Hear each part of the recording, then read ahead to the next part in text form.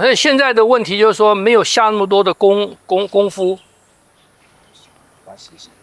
没有下那么多的功夫，所以很多都会产生问题。它那很简单，你就是那个唢呐那个东西，它也没有渐进的，从比较大的吹口到小的，它就是那个你吹长音。所有你们有看那个教学，我看了很多上千个教学啊，大师在教，问你每天练什么？长音，已经成名的大师了，已经是大师级的人了，他每天练习还是有长音。他从一开始练习就每天要吹一段时间的长音。长音是什么？就是这个，就这个嘛。所以以前的老师他很多人说他长啊，师傅长啊，不愿意教，不是的，因为以前的老师就说不对，那怎么对？练，只有一个字，练。他不讲解的，就是练，你练错了，他跟你讲错了，那怎么对？练。我跟你讲这个是错，你这个就不要做了，你去练，你再练，就是这样子的。从很多的错当中丢掉这个错，就跟那个谁是那个电灯的巫师一样的嘛，方法是一样的。所以你把很多的错练，师傅说错，你这个就不要练了，然后你再找方法，再练又错，到最后说对，这个就对。那你说你为什么不一早就告诉我什么是对？没有办法，因为一开始告诉你什么是对，你根本做不到，因为那些错也是在练，那些错也是在练，只是因为我们一开始练一个比较精细的东西啊，你一开始一定是用错误的。什么叫做错误的方式？就是可能是比较大块的肌肉啊，比较大范围的肌肉啊，这用错误的肌肉、错误的力量去做。可是这个错误的肌肉跟错误的力量，你虽然练错了，可是它也是在训练这些周边的肌肉，把这些周边的东西，你在练错的过程当中，这些周边的也练强了，而且你也体会到它了。你慢慢把这些东西丢掉，错误丢掉，有这些东西在旁边巩固着，你才能找到那个对的。否则一开始跟你讲，你去用那个对的方法做，你没有办法的，因为你因为你找不到，所以老师只有等你错。而且这种的，你在你成长的过程当中有那么多的试错，你最后对自己的那个掌握啊，会非常的精确。会非常的精确，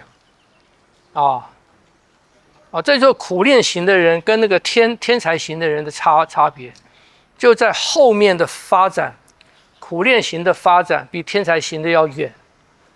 天才型的他有那个天赋或者聪明，他一下就对了，可是他不知道什么是错的，他那个错的东西他没有练，所以在未来的发展当中。因为你当初练错的东西啊，在以后的成长阶段，在以后的那个阶段，这些错的练出来的东西可以帮助你往更高走。这个不晓得你们是不是能懂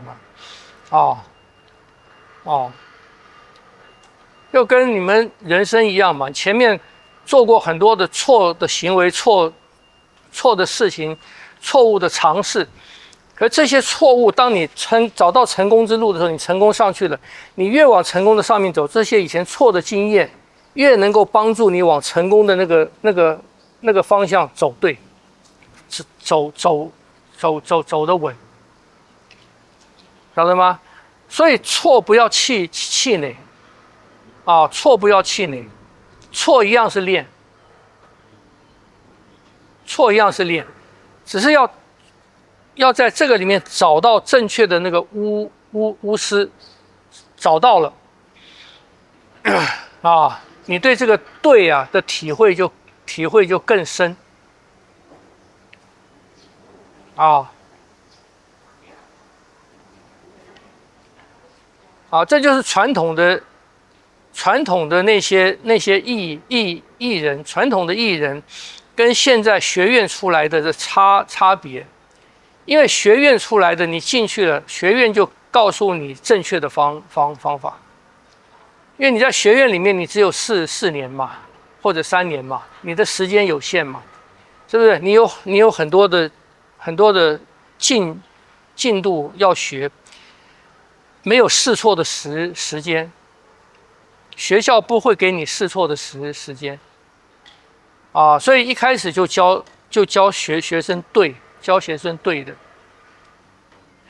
他对的下去以后，他会进度很快，照那个教程他会很快到后面毕业了以后呢，他就去到外面表演啊，参加乐团啊，发展他的事业。可是他在过程当中，在他自我发挥的过程当中，他没有那些错误的经验，他不能更宽广的去发挥他的才能。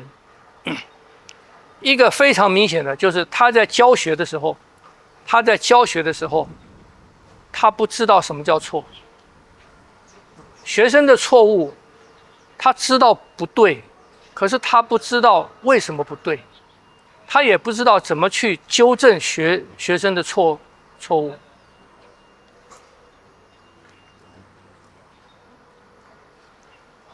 晓得吗？他不知道啊，而且他通常也没有，如果不是为了学费，他通常也没有那个耐心去等待学生的错误。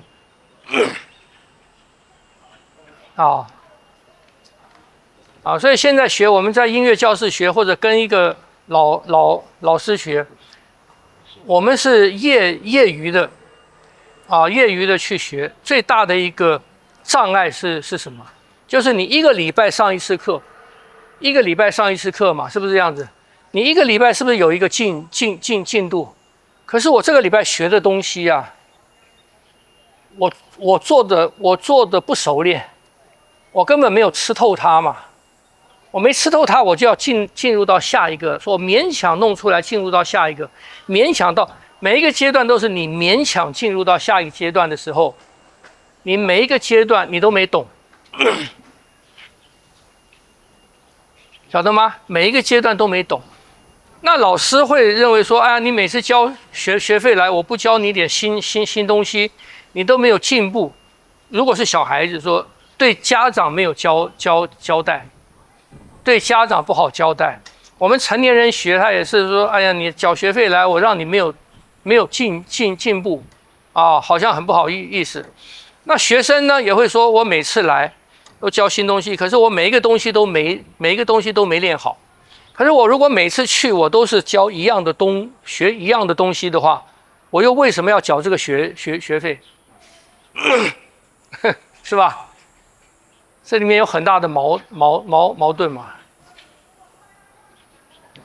所以我每次在音乐教室，我现在没有去了。以前我到音乐教室学的时候，50分钟的课，我就是去把我这个礼拜我的问题，我去问老师，好，他给我解答了，我懂了，我会了。好，我就下课了。那些老师都很惊讶，因为我50分钟没有用完，通常只用了30分钟、20分钟，我就下课了。什么原因？对我来讲够了。因为我这个问题得到答案了，我还要花1个礼拜来练啊，是不是这样子？啊，所以这种学习不是用那个时间来算的，你不能用时间来算。我缴了这个课1堂课500块、600块、650、700，我就要把50分钟用完，这个观念是错的，这个观念是错的。啊，哎，有一种说法就是说，在学术的文献跟经验上去堆叠，就前人走错的路，我们就不用再就避掉，然后在这个基础上再前进。所以他们说西方国家比较能够突破，是建立在这个基础上。对呀，可是对个人来讲，他的根基就比较差，因为错误也是我们的根基之一。听不懂？我们凡是做过的，它都变成我们的什么？我们的根，我们的基础，都变成我们的基础。听不懂？哦，这个对玩那个这对玩那个古董的。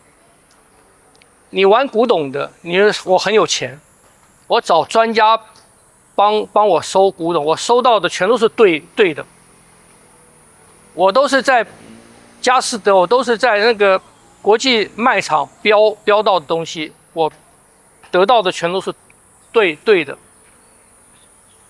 这种就完蛋了，因为你知道对，你不知道错，对只有1，外面的错有99，你不知道，所以发生很多什么事情呢？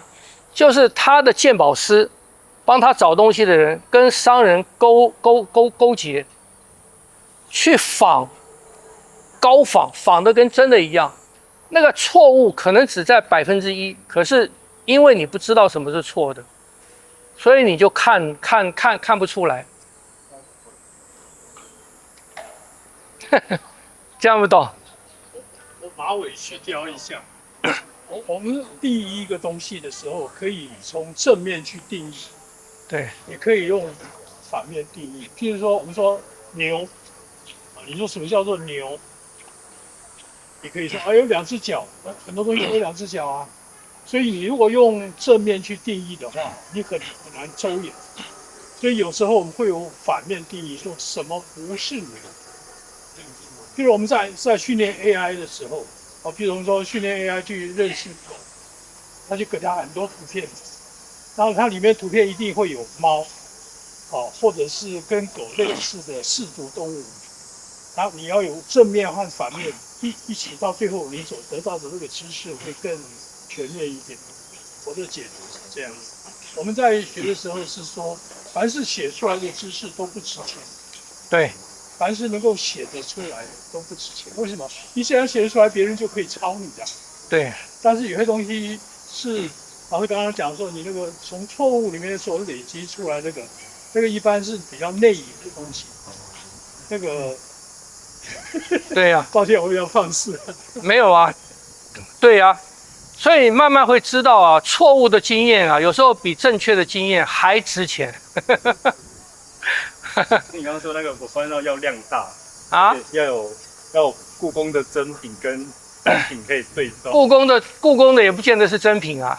你去看那个王小虎，有一个画家鉴定师，他出一本书嘛，叫《画之路》还是什么的。对。故宫请他去看故宫珍藏的某一个画家的真迹六幅。他看完了，他不讲话。后来第一任的故宫那个馆长叫什么？钱什么啊？钱孝仪问他，他说全都是假的，全都是假的。他说假的不是说现在仿的啦，因为以前也有仿啊，清朝就有仿啊，清朝皇帝喜欢这个人的，然后别人就仿了啊，民间收到就给他。那个画上面也有乾隆的章啊，也有乾隆的题字啊，什么都有啊。可是是清朝仿明朝或者清朝仿宋朝，所以他看完了以后，他就说都是仿的。那人家专家就很不高兴嘛，是不是这样子？可是他为什么能看出来是仿的？为什么他能看出来是仿的？他的最大就是从根本看，他不看那些章，不看那些表面的东西，他看笔的神韵。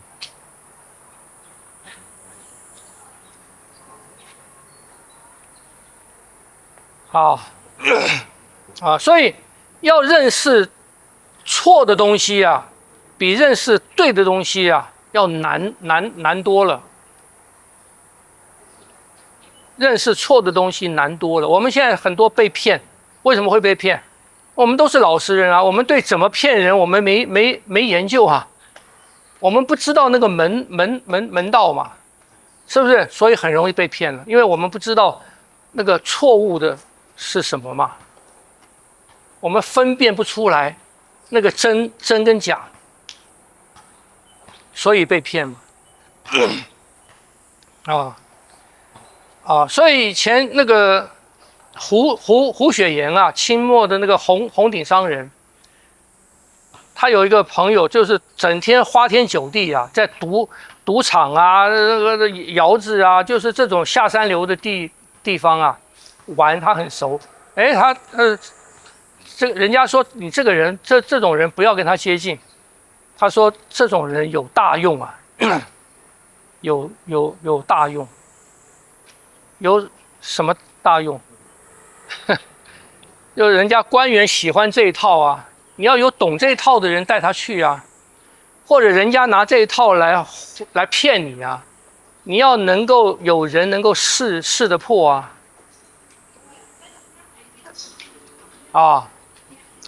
就这样子所以我们在追求真理的过程当中大部分追求到的都不是真理那人生什么？你只有排错只有排错嘛。所以修行什么叫修？去掉这不对，去掉；这不对，去掉；这不对，去掉；这个也不对，去掉。去到最后，你去不掉的就是对的嘛。所以叫修行。